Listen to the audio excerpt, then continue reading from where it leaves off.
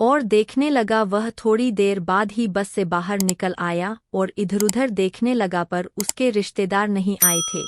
फिर वह उदास होकर बाहर खड़ा होकर बस को देखता रहा। पिताजी उसके पास दोबारा गए और उसे जाने के लिए कहने लगे। वह कहने लगा, बाबूजी मेरे रिश्तेदार तो आए नहीं, लेकिन यहाँ पर सुबह होने का इंतजार कर रहा हूँ ताकि सुबह होते ही अपने गांव के लिए निकल जाऊंगा। मेरे पिताजी के बहुत बोलने के बाद वे रिक्शावाला जाने के लिए तैयार हो गया। फिर वह कहने लगा, हमारे घर तक छोड़ने के लिए वह 15 रुपये लेगा। पिताजी कहने लगे, 15 रुपये तो बहुत ज्यादा है, तुम 10 रुपये ले लो। पर वह नहीं माना। फिर पिताजी ने कहा, बस 12 रुपये ले लो, तुमने भी तो उसी नगर के पास वाले गांव में जाना है। इतना बोलने पर वह 12 रुपये में ले जाने को तैयार हो गया।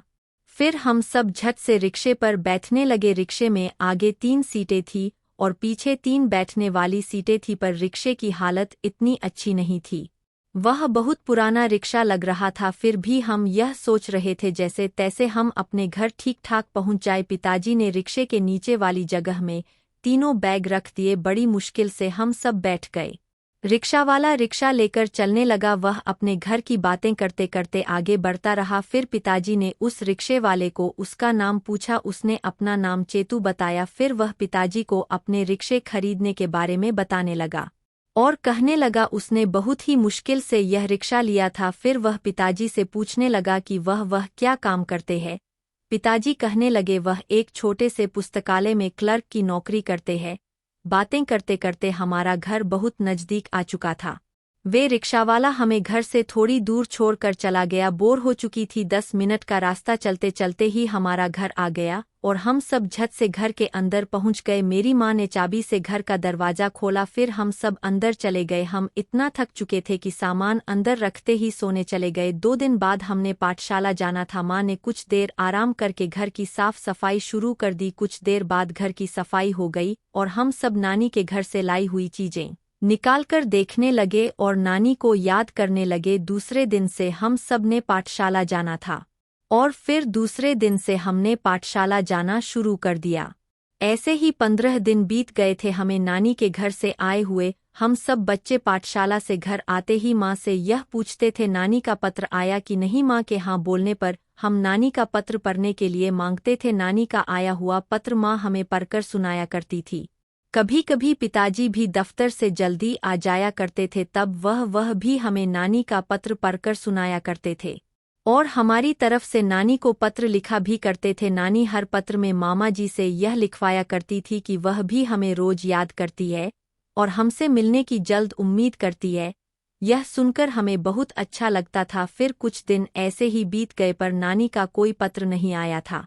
हम सब पाठशाला से आकर रोज माँ और पिताजी से पूछा करते थे कि नानी का पत्र आया कि नहीं। तब माँ धीमी से आवाज में कहती थी, बच्चों नानी का कोई पत्र नहीं आया। यह सुनकर हम सब उदास हो जाया करते थे। फिर एक दिन मामा जी का तार पिताजी के नाम पर आया। पिताजी ने उस तार को पढ़ा। उस दिन दोपहर को हम सब बहन भाई पाठशाला से घर आ गए थे। तब हमने देखा कि माँ रसोई घर में नीचे बैठकर रो रही है और धीरे धीरे से काम कर रही है। पिताजी भी अपनी कुर्सी पर बैठकर बहुत ही उदास लग रहे थे। तभी मेरी बड़ी बहन माँ के पास जाकर कहती है, माँ क्या हुआ, आप रो क्यों रही हो। माँ कुछ भी नहीं कहती। फिर मेरी छोटी बहन रानी और मैं भी रसोई घर में जाकर माँ से पूछने लगते हैं, माँ क्या हुआ। माँ कुछ नहीं बोली, बस रोती ही रही। फिर हम पिताजी के पास गए और पूछने लगे कि पिताजी माँ क्यों रो रही है, माँ को क्या हुआ है। तब पिताजी ने अपने आप को संभालते हुए हम सबको बैठने के लिए बोला। हम सब बैठ गए। इतने में माँ भी रसोई घर से कमरे में आ गई। वह फिर भी रोती जा रही थी। फिर पिताजी ने हमें बताया कि हमारी नानी की तबीयत कुछ दिनों से खराब चल रही थी, इसलिए उनका कोई पत्र भी नहीं आया था। आज अचानक से उनका तार आया है।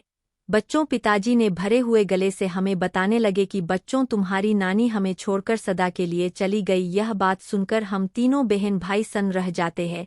मेरी बड़ी बहन और मैं नानी को याद कर कर रोने लगे। मेरी छोटी बहन भी हमें देखकर नानी नानी बोलकर रोने लगी। फिर मेरे पिताजी और माँ ने हम सबको गले लगाकर रोते रोते कहने लगे, बच्चों अगर तुम इस तरह से रोते रहोगे तो तुम हारी नानी को बिल्कुल भी अच्छा नहीं लगेगा, तुम इस तरह से रो मत, तुम्हारी नानी हम सबके दिल में हमेशा रहेगी, उनकी याद, वह प्यारी प्यारी यादें हमेशा हमें खुश रखेंगे, उनकी दी हुई हर निशानी में नानी जिंदा रहेगी। तुम सब अगर ऐसे ही रोते रहोगे तो नानी बिल्कुल भी खुश नहीं रहेगी, नानी हमेशा हम सबको ऊपर से अपना आशीर्वाद देती रहेगी, नानी हम सबके दिल में हमेशा जिंदा रहेगी। यह कहकर पिताजी और माँ ने हम तीनों बच्चों को सांत्वना दी। ऐसे ही फिर कई दिन गुजर गए, हम सबको इस बात का बहुत दुख रहा कि हम नानी को उनके आखिरी वक्त पर देख नहीं पाए। हम रोज पाठशाला जाते और वापस आते और यह सोचते कि काश नानी का पत्र हमारे नाम आए और उसे हम बड़े प्यार से पढ़े, पर यह सब अब कहाँ होने वाला था। हम सब नानी को याद कर रोज उदास हो जाते थे। इसी तरह 2 साल बीत गए। इसी बीच एक दिन मामा जी का पत्र आता है। मामा जी ने पत्र में लिखा था कि उनका विवाह होने वाला है। उन्होंने पत्र में यह भी लिखा था कि उनके लिए लड़की नानी ने ही पहले से पसंद की थी। जब वह जिंदा थी उनका नाम मीना था। मामा जी ने पत्र में लिखा, आप सब सह परिवार विवाह में जरूर आएं, क्योंकि हम सब के जाने के बाद फिर मामा जी को नानी की कमी महसूस नहीं होनी थी।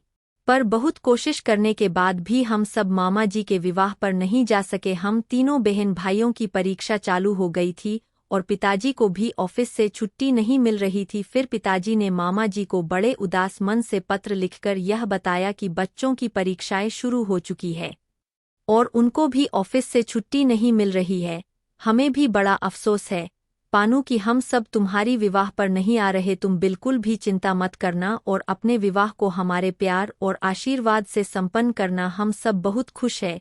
माँ के मरने के 2 साल के बाद तुम उनकी ही पसंद की लड़की से शादी कर रहे हो। माँ जहाँ भी होगी वह तुम्हें आशीर्वाद दे रही होगी। देखो पानू, तुम्हें अगर किसी भी चीज की जरूरत है तो हमें पत्र लिखकर बता, हम तुम्हारी मदद जरूर करेंगे। और फिर सब रिश्तेदार तो तुम्हारे विवाह पर आ ही रहे हैं, वह सब संभाल लेंगे, तुम बिल्कुल भी चिंता मत करना। जैसे ही बच्चों की परीक्षाएं खत्म होंगी तब हम सब तुम्हें जरूर मिलने आएंगे। तुम्हारी बहन गुलिया और बच्चों का भी बड़ा मन था तुम्हारी शादी में आने का, पर हम सब बहुत जल्द ही तुमसे मिलने आएंगे। हमारी तरफ से तुम दोनों को बहुत बहुत आशीर्वाद।